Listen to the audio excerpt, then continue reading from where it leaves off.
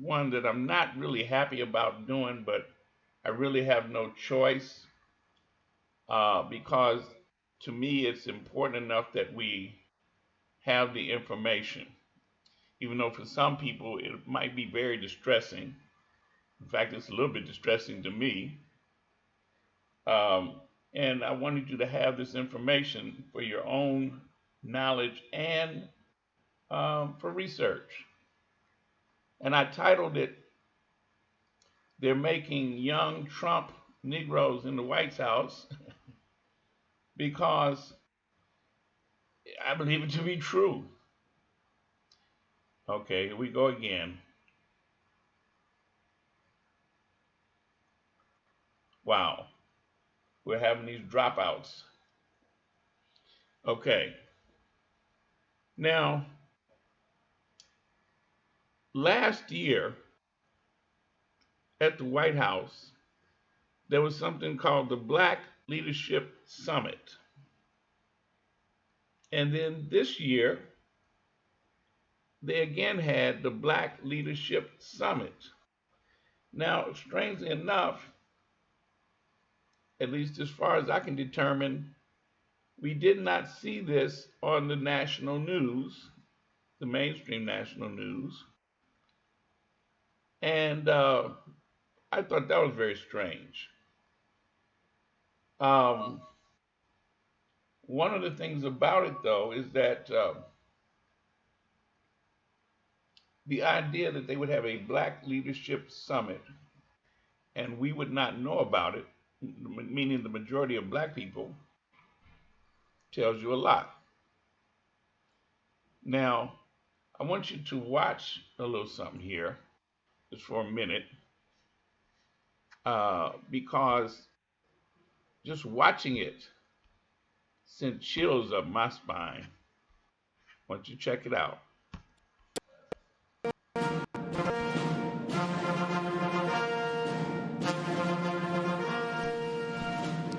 Ladies and gentlemen, the President of the United States, accompanied by the Vice President of the United States.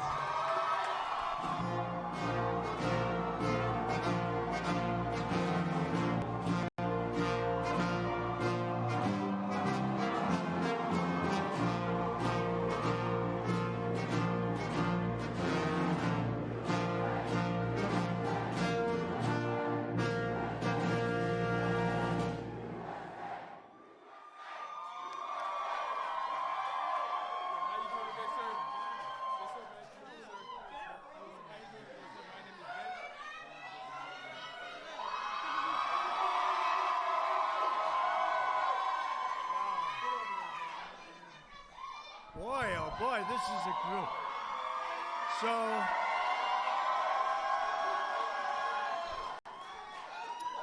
So I've been doing this for a long time. That is the loudest I've ever heard anything in this room. You just broke the record. Unbelievable. Well, I want to thank you all, and I have a lot of friends, but... And this is a place, 1799, it was built, 1799, started off with number 6, John Adams, president, and so it's a long time. It's the White House, so we love it, and it's an honor to have you, but you really did, you broke the sound barrier. I've never heard that. I've never heard it quite like that, and I appreciate it. We love you. We love you. Thank you. Thank you.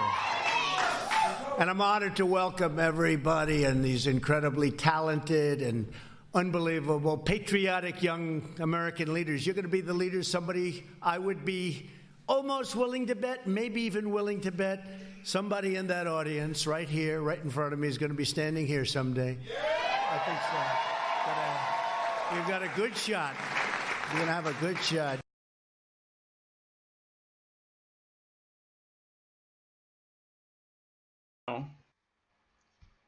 Here's what just blows me away. This was just a few days ago, a couple of days ago, the Black Leadership Summit at the White House. And a couple of things I want you to ask yourself as you're watching this. Number one, did you know about it? And number two, do you know anybody who went? Because I'm quite sure if they had gone, they would have told you. But understand this is young people. This is young people. And it's very scary, as I mentioned, because you're talking about young black people who are at the White House with the present resident. And when you hear some of them talk, you're going to be blown away.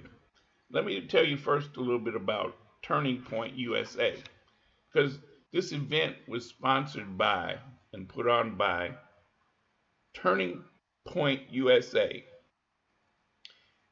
Um, as I mentioned, they had one last year around this time, and then they had one this year. Turning Point USA is an alleged conservative nonprofit organization, and they have affiliated organizations that include Turning Point News, the Turning Point Endowment, the Turning Point Action, and Students for Trump. Now, since 2016, Turning Point USA has maintained a professor watch list. What this list does, it lists college professors whom they allege discriminate against conservative students and advance left-wing propaganda in the classroom. The organization has also secretly attempted to influence student government elections to combat liberalism on college and university campuses. And you're going to see one of the people who at a major university has been doing that. Now, in 2017, former employees of the organization accused it of engaging in racist practices, as well as potentially illegal involvement in the 2016 presidential election. Turning Point USA was founded in 2012 by a guy by the name of Charlie Kirk when he was 18 years old. And at the 2012 Republican National Convention, Kirk met Foster Frias, a prominent Republican donor, and persuaded him to finance the organization. And it started out with just a few $100,000. Now, besides being on the organization's advisory council,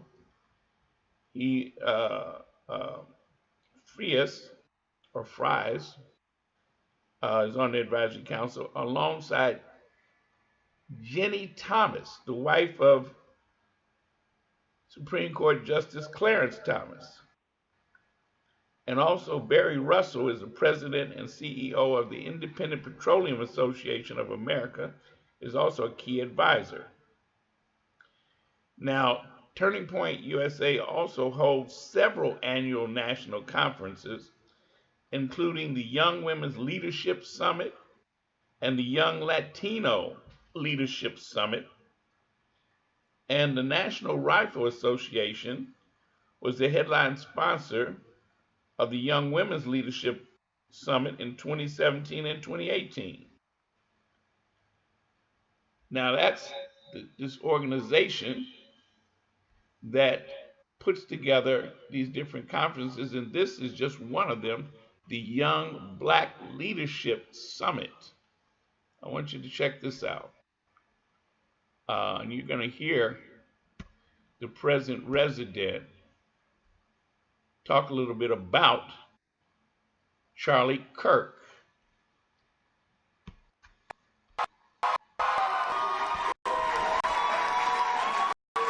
And many of our cabinet members are here. They wanted to be here. I told a couple of them, don't have to. Don't worry about it. What the heck? These are my friends. They said, no, we want to be here.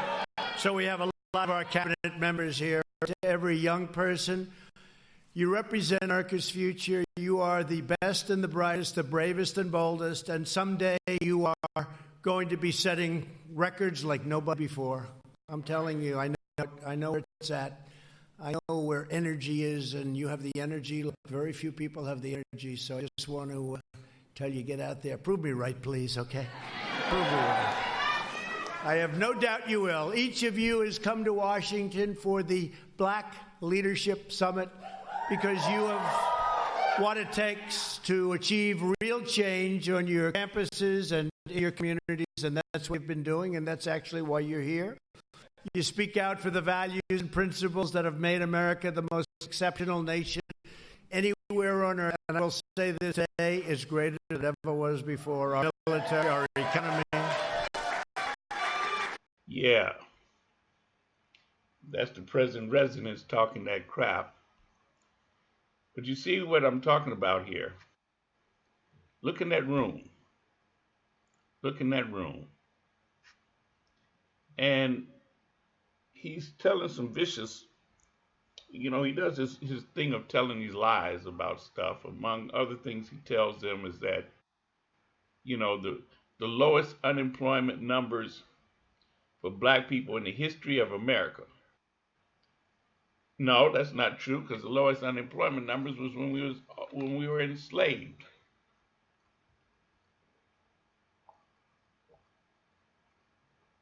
Okay? Um, they like to throw these numbers around. And it's probably true that there are more black people working today than a couple of years ago because so many black people are having to work 2 or 3 part-time jobs trying to make enough to pay the rent, buy food. So there's a lot of finagling going on with the numbers. So you can't, but if you got the present resident talking about it's the lowest unemployment for black people in the history of the world and other stuff, never been better for black people according to the present resident. One of the people who is instrumental in these summits and other things is a young woman by the name of Candace Owens, and she recently got married, I think. So um, she may go by Candace Owens Farmer. She's described as being a political activist and a commentator.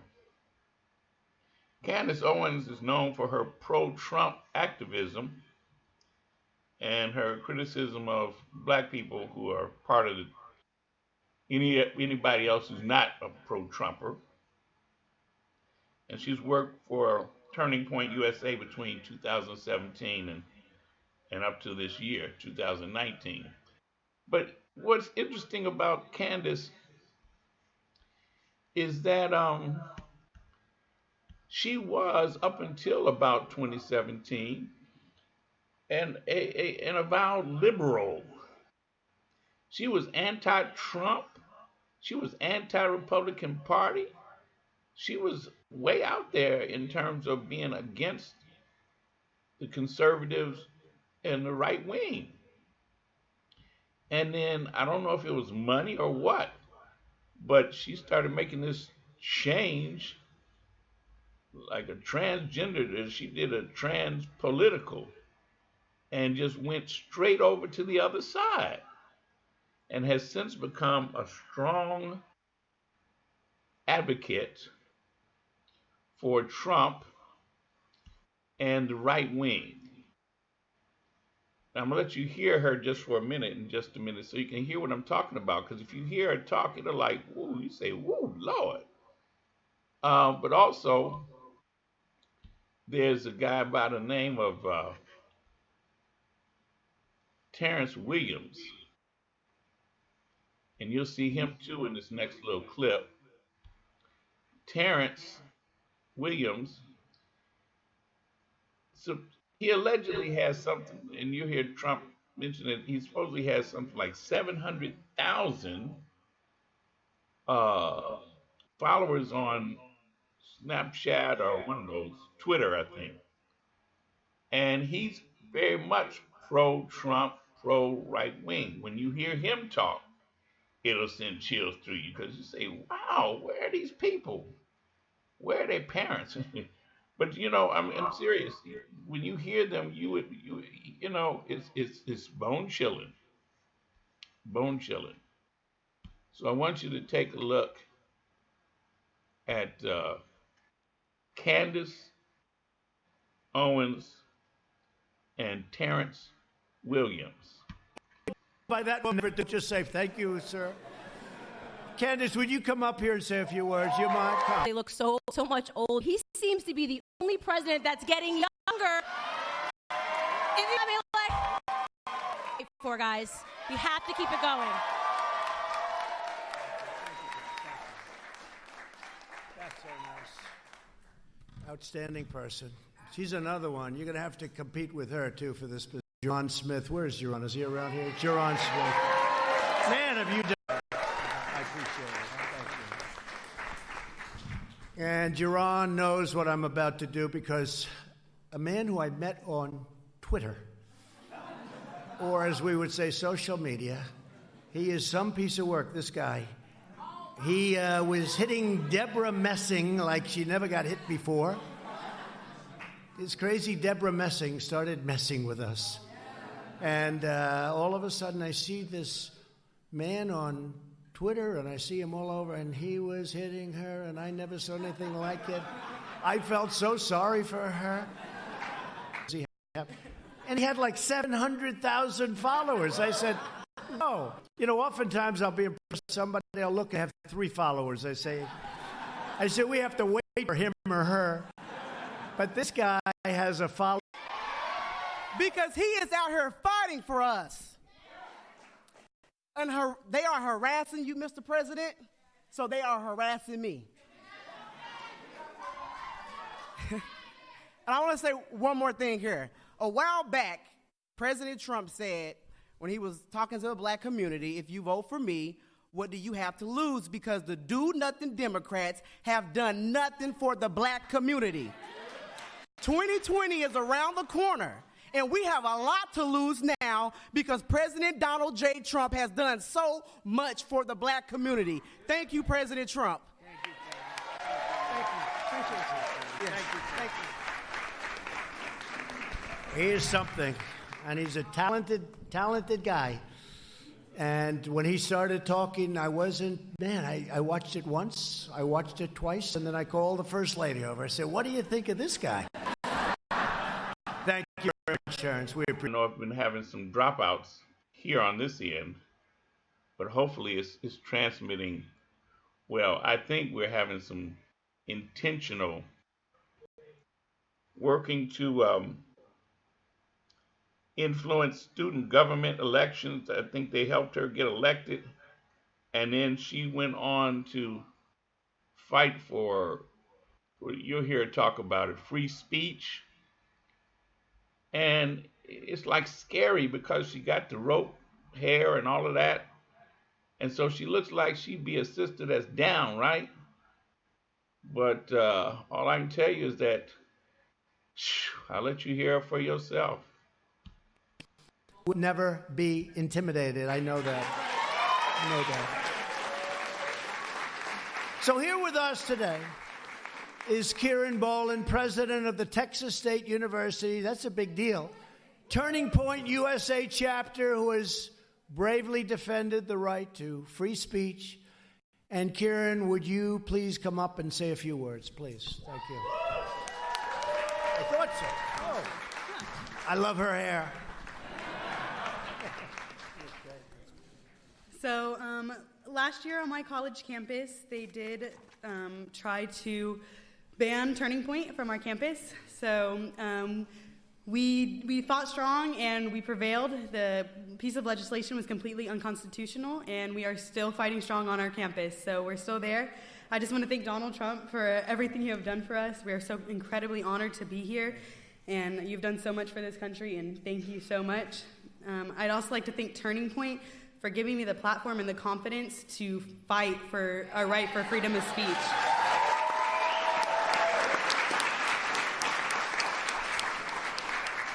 It hasn't been easy, and it will not be easy, but being a part of Turning Point and be able to see all of you accomplish so many of your goals and to help fight for the freedom of speech, it's honestly amazing, and it gives me so much hope.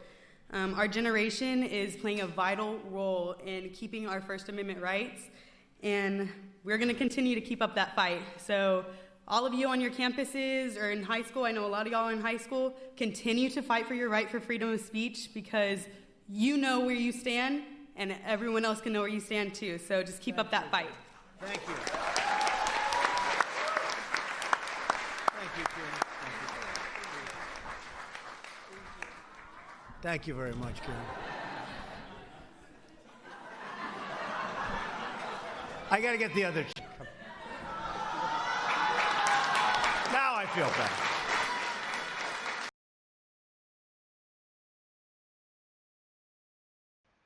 I know y'all saw that, right? Yeah, some deep stuff going on here. And as she mentioned, she's the president of the Turning Point USA chapter at Texas State University or something like that. And, she sounds very credible on the surface. She's fighting for free speech. And, oh, man, it's almost like they're in a different reality, and they actually are. And this is why I wanted you to see this, because we need to see what's going on with some young black people that we don't see ordinarily. And so you have to ask yourself, where are they? What are they doing? Especially when they're being funded by the right wing, and they're so pro-Trump, which is so opposite of our community. Think about that. These are young people who are very vocally pro-Trump at the White House, but you don't hear or see them out in the streets or in the communities, in our black communities. So where are they? Are they in hiding, or they keep themselves undercover? And wow, it's scary. All right, last one you got to see, or at least the next to last one, is this next one is named Ben. He's a veteran. And I think he mentions he served a couple of times in Afghanistan or something like that. But yeah, you got to hear him too. Because I'm telling you, when you hear them, I know you feel like I do. It's like, wait a minute, who are these people? Check them out. One person from Cameroon. To give back to our country, he joined the United States Army and honorably served for 4 years as a very talented field artillery specialist. A lot of talent, they say. Ben, we salute your noble service, and please say a few words. Ben? Ben, please. Thank you, Mr. President. Thank you, Mr. Vice President. And thank you, Charlie Kirk. First of all, Mr. President, we would like to thank you for everything that you've done for the African American community so far. We thank you for criminal justice reform. We thank you for the lowest black unemployment rate in this country, sir. Thank you. And finally, most importantly, sir, thank you for saving America, and thank you. Thank you. Thank you.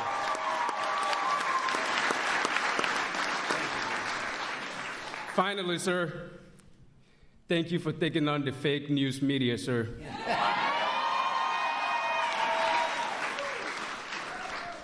Finally, we want you to build the wall, sir. Frankly, because we don't oppose immigration, but we oppose illegal immigration. So we want you to come to this country legally if you're going to come to this country. Thank you. Thank you, Ben. Yes, sir. Thank you, Ben. And that's from the heart. That's from the heart.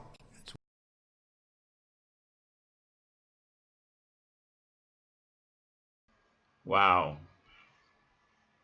And I'm telling y'all, there's some deep stuff here. And I'm going to close in a minute. Uh, because I basically have shown you enough that hopefully you'll get an idea that there's something going on that we do not see on the surface. It's going on underground.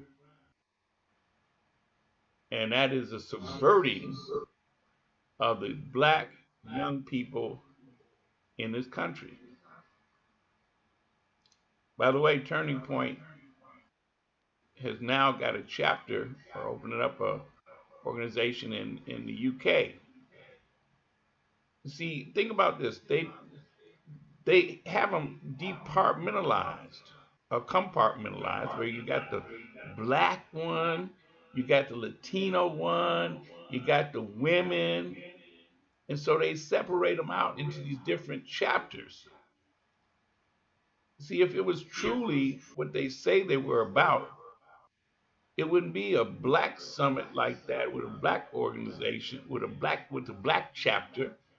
They would all be under the same banner, but they separate them so that they can work on them separately.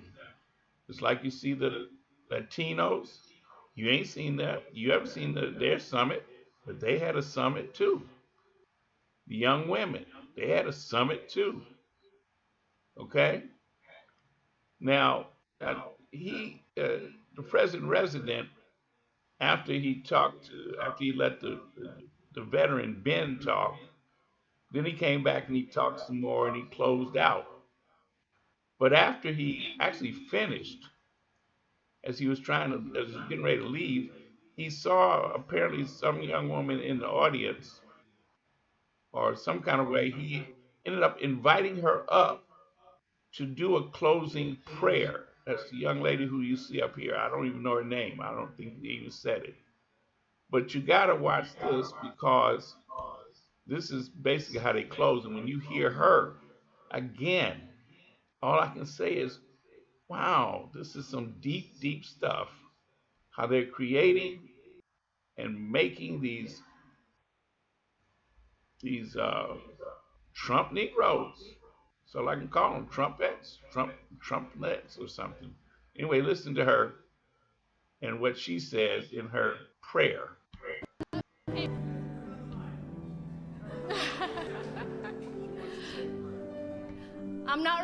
I'm not really good with prayers or anything like that, but I just want to say thank you, Mr. President. And I know we have a political warfare right now, but I strongly believe that it is a spiritual one as well. And I want to make and I want to make sure that, I mean, I know that Americans are going to wake up and we're going to get back to looking to God instead of social media, and we're going to look back to Jesus because Jesus saves, and this country was founded upon. I am from Ethiopia. I live in a very beautiful city named Valparaiso, Indiana. Mike Pence, I know you're from Indiana, and I have strong people who are able to raise me, and I love God, and I want to pray real quick. Waking up our nation. God protect us. No room. He has no room. No more. And that's all I have to say. Oh my God.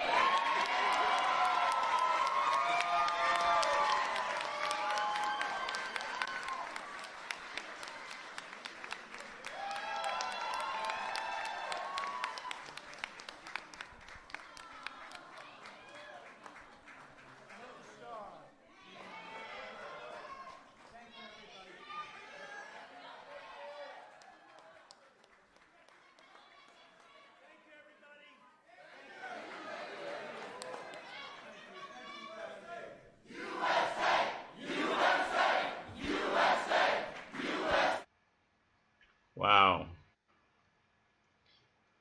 Wow. Mm.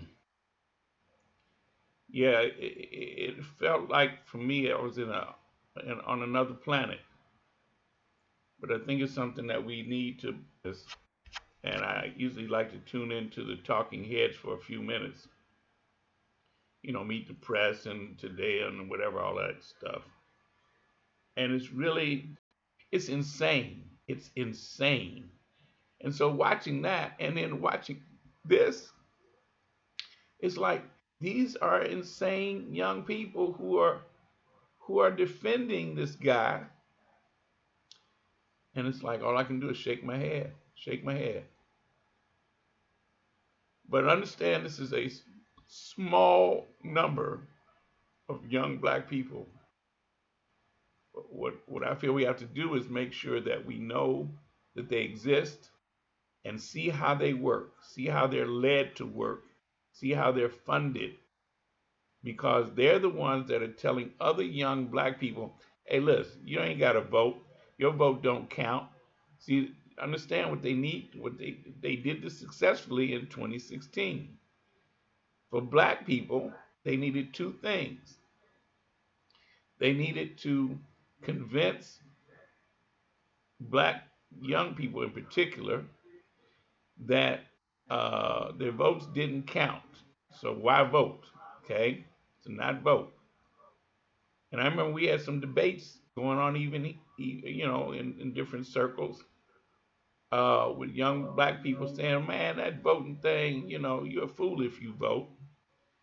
And then you had the two evils argument, where they said, "Well, they're both evil, so I'm not going to vote. I'm not voting for the lesser of two evils. I'm not going to vote."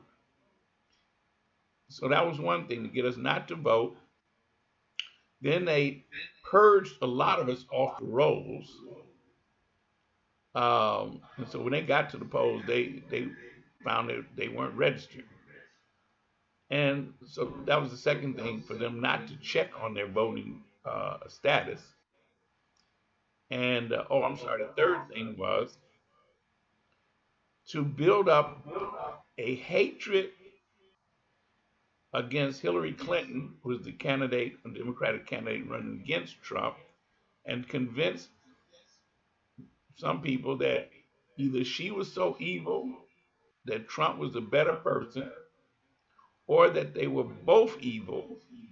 And so you might as well vote for Trump because at least you knew where he stood. Now, for this election coming up in 2020, they need the same thing. That whoever the Democratic candidate is, we need, see, that's where these young people are so important. They will be out there trying to convince other black people, young and old, that whoever the Democratic candidate is, you heard that young man say, what do you call them? The do nothing Democrats. And they push that very much.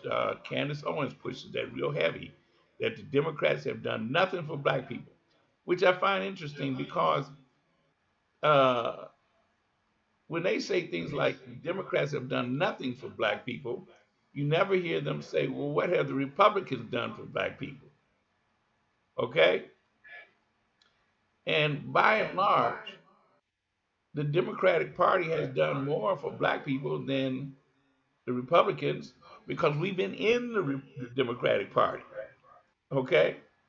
So, if they can convince enough of us that the Democratic Party is a do nothing party, it doesn't care about black people, then somehow that means that the Republican Party will. Even though the Republican Party makes it plain on their face, they don't like black people or brown people or yellow people or red people. They don't like nobody except primarily white men. So, it's a heck of a contradiction to see these young people here. And this again was the Black Leadership Summit at the White House. And it happened a couple of days ago. What's today? Today is October 6th. This, I believe, was October 4th. It was either 3rd or 4th. And that's about all I can say today. All right. Of course, I will see you in the whirlwind, and hopefully, and just remember this, no justice, no peace, no love, KNOW.